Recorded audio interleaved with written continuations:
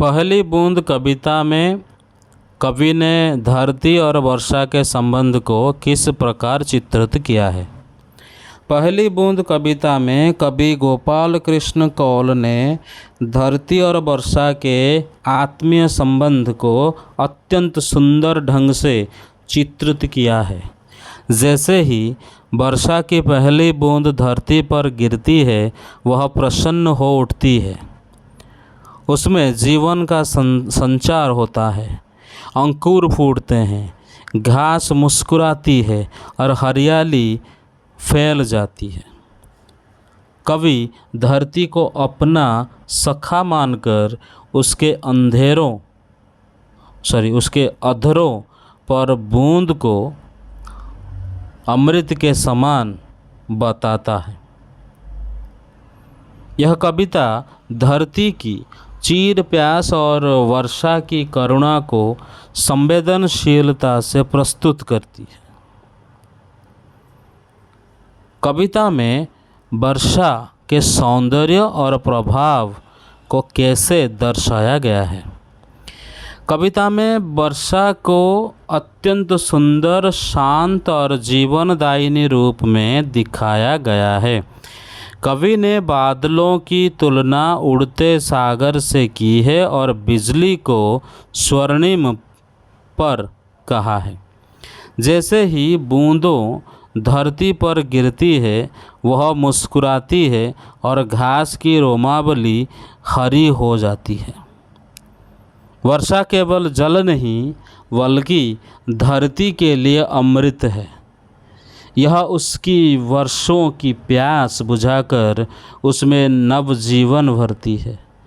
कवि की कल्पना और चित्रण वर्षा को अत्यंत भावनात्मक एवं चित्रात्मक रूप में प्रस्तुत करता है।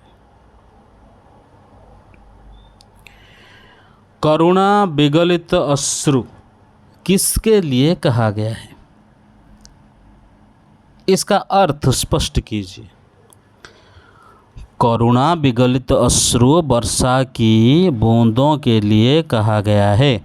कवि ने वर्षा को बादलों की करुणा से भरे आंसू के रूप में देखा है, जो धरती की पीड़ा देखकर बहते हैं। इन बूंदों से धरती की चीर प्यास बुझती है।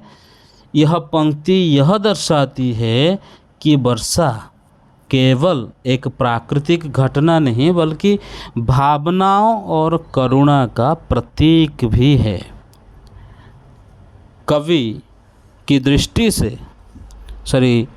दृष्टि में प्रकृति भी संवेदनशील है और यह धरती के कष्ट को समझकर उसे राहत देती है। यह एक अत्यंत कोमल भाव है।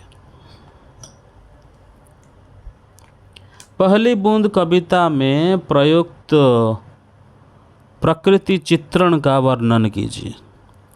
पहली बूंद कविता में प्रकृति का चित्रण अत्यंत सुंदर, सरस और जीवंत रूप में किया गया है।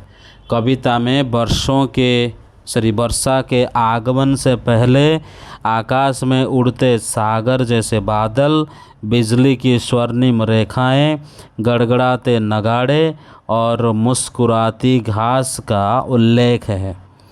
धरती को सखी मानकर उसका सौंदर्य, उसके प्यास और उसकी मुस्कान को बहुत संवेदनशील रूप में प्रस्तुत किया गया है।